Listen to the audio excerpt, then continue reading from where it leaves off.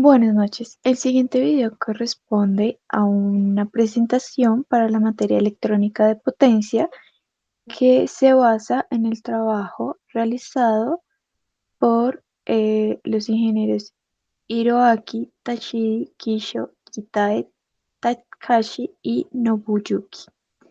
que se basa principalmente en el conversor aislado de CDC utilizando nitrato de galio para aplicaciones automotivas. Principalmente se va a manejar esto para vehículos híbridos, los cuales cuentan con una batería principal de 200 voltios y baterías secundarias para elementos alternos o complementarios de 13,6 voltios. Para ello se hará uso de dispositivos de CDC, conversores de CDC, y que son los que veremos a continuación y su respectiva explicación. Listo. Este es el esquemático general de los conversores. Vemos que se cuenta con dos conversores, los cuales son el conversor acá, el conversor LLC y el conversor BusUp. Principalmente vamos a hablar inicialmente del conversor BusUp, donde podemos ver su esquemático en esta parte de acá. Como podemos ver, cuenta con dos switches, dos capacitores, los cuales este capacitor vendría siendo como tal la carga del sistema. Podemos ver tanto en esta parte el funcionamiento para cada uno de los modos, como en esta parte eh, su respuesta ante el funcionamiento como tal. Principalmente tenemos el modo 1, que es el que vemos en esta región naranja, donde vemos que para el modo 1 se cuenta con un sentido de corriente, un flujo de corriente que va desde la fuente, pasa por el switch 1, que en este punto se encuentra activo, mientras el switch 2 se encuentra inactivo, se encuentra en estado off, y este flujo de corriente pasa a través del capacitor, volviendo nuevamente a la fuente. Esto sucede hasta que el valor del voltaje que se encuentra pasando por medio de este switch 1 llega a cero, el valor de voltaje y el valor de corriente. A este efecto se le llama conmutación de voltaje cero, donde en el momento en que este valor llega a cero, este valor de corriente llega a cero, la conmutación cambia de sentido, es decir, la dirección de la corriente empieza a fluir en el sentido contrario al cual ya venía. Para este caso, vemos que inicialmente pasa por la fuente, pasa por nuestro capacitor de carga y posteriormente por nuestro switch y nuestra inductancia para volver nuevamente a la fuente. En esa parte lo llamamos a modo 2, donde el modo 2, al terminar el proceso de descarga del switch 2 y de carga del switch 1, tenemos un tiempo muerto, a lo que llamamos en este caso modo 3. ¿Qué sucede con este modo 3? El modo 3 nos permite a nosotros contar con el switch 1 y el switch 2, ambos en estado off. Mientras que esto sucede, el flujo de corriente continuará circulando en el mismo sentido con el cual circulaba para el modo 2, pero para este caso va a pasar, el flujo de corriente va a pasar también a través de estos diodos, permitiendo tanto el diodo para el switch 2 como el capacitor para el switch 1, lo que permite la descarga del switch 2 y la carga como tal del switch 1. A esto es a lo que llamaríamos modo 3.1. Una vez se está haciendo y se completa este proceso de carga y descarga, pasamos al modo 3.2, el cual nos permite aún un estado de off en el switch 1 y en el switch 2, pero en este caso se ve como el proceso y el flujo de corriente empieza a circular a través únicamente del diodo del switch 2. Esto sucede debido a que en este punto, en el modo 3, ya se encuentra completamente descargado el switch 2 y lo que va a empezar va a ser un proceso de carga, lo que nos permitirá a nosotros entrar al modo 4. Como podemos ver acá en esta gráfica de corriente, empieza un proceso de carga hasta que llegamos nuevamente a nuestro punto de conmutación de voltaje cero, donde vamos a pasar al modo 4.1, donde vemos que el switch 2 se encuentra encendido y el 1 se encuentra apagado. Podemos ver acá también que el proceso y el flujo bajo el cual se encuentra circulando nuestra corriente es el mismo que en el modo 3.2, pero en este punto vemos que al llegar a este estado, a este punto de conmutación de voltaje cero, el flujo de corriente cambia de sentido, pasando inicialmente por nuestra fuente, posteriormente por inductancia, nuestro switch y nuevamente llegando a la fuente. Esto se da debido a que principalmente y el objetivo principal de nuestro estado de conmutación cero voltaje nos permite realizar estas conmutaciones en el punto en donde estos switch, que en este caso, para este caso específico serán MOSFET, pasan por el voltaje cero.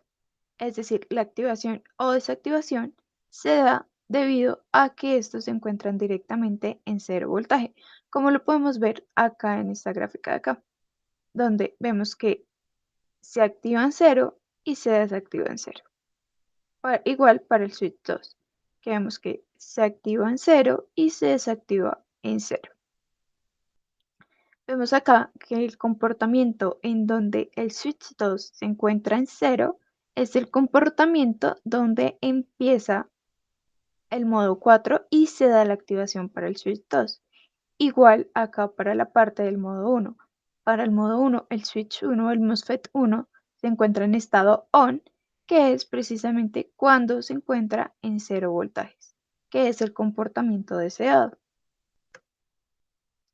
Ahora pasamos a la parte del conversor LLC. Acá podemos ver el esquemático del conversor LLC, el cual contamos con nuestros switches, entramos con nuestro tanque de resonancia y contamos con la parte general ya del rectificado y nuestra salida para la carga. Inicialmente se cuenta también con que se tiene el switch 1 activado, lo que nos permitirá que la corriente realice un proceso de flujo desde la fuente BIN, pasando por el switch, posteriormente por nuestro condensador, nuestra carga, pasa posteriormente por el, pasa posteriormente por estas bobinas, lo que nos permite a nosotros conmutar este flujo de corriente.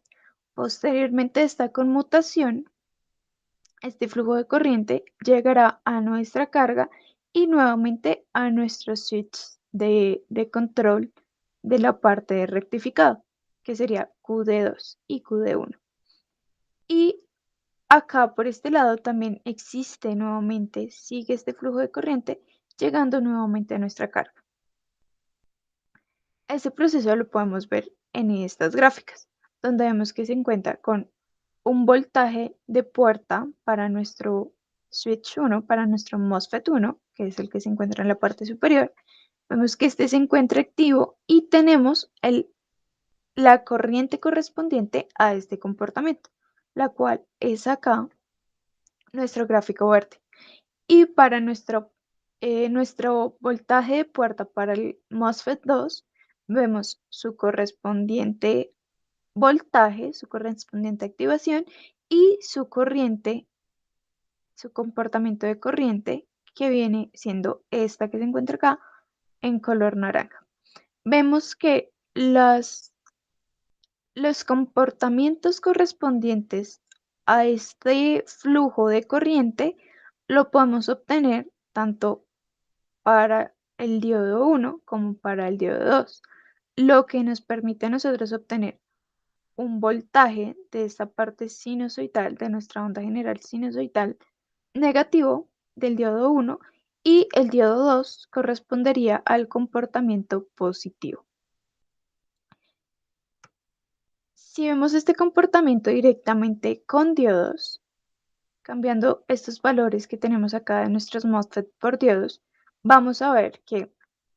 llega una corriente, un flujo desde la fuente, pasa por el switch, esto no cambia, pasa por nuestro capacitor, nuestras inductancias y vuelve nuevamente a la fuente. Pero vemos acá un voltaje, una corriente, un flujo que conmutó. Este flujo llega a nuestra fuente y hace este recorrido,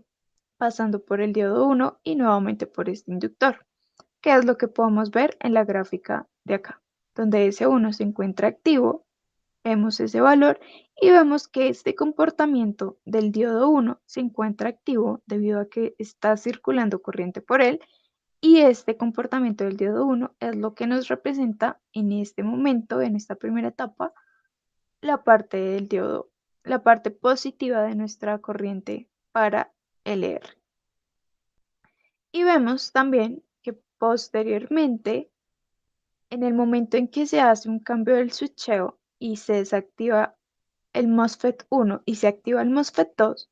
la circulación de la corriente cambia, es decir, se invierte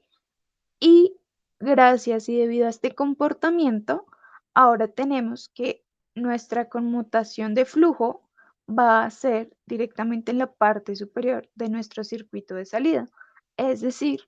este flujo va a pasar a través del diodo 2 de nuestro inductor y posteriormente por nuestra carga, que es el comportamiento de corriente que podemos ver acá en la parte inferior, donde vemos el comportamiento y la activación del diodo 2, que corresponde a la parte negativa de nuestra onda seno de corriente para nuestra inductancia LR, y vemos que en este punto se encuentra activo el switch 2. Esta parte blanca es nuevamente nuestra transición y nuestro tiempo muerto. Finalmente podemos hablar también de la razón por la cual se realiza estas dos etapas, donde podemos ver que tenemos el conversor de CDC y nuestro conversor LLC, debido a que el voltaje de entrada de nuestra batería principal y el voltaje de entrada de nuestra batería secundaria es tan fluctuante, el valor de tensión de entrada con respecto al valor de salida es muy fluctuante. Esto implica que nuestro conversor LLC va a tener una eficiencia menor, es decir, la eficiencia de este conversor va a disminuirse debido a la fluctuación tan alta de valores. Debido a eso, se realiza un conversor de CDC de refuerzo que permita mitigar esa disminución de eficiencia, convirtiendo así el conversor en un conversor un poco más robusto. El conversor vendría siendo un conversor aislado que aumenta el nivel de frecuencia que permite el paso de nuestro circuito. Y eso sería todo.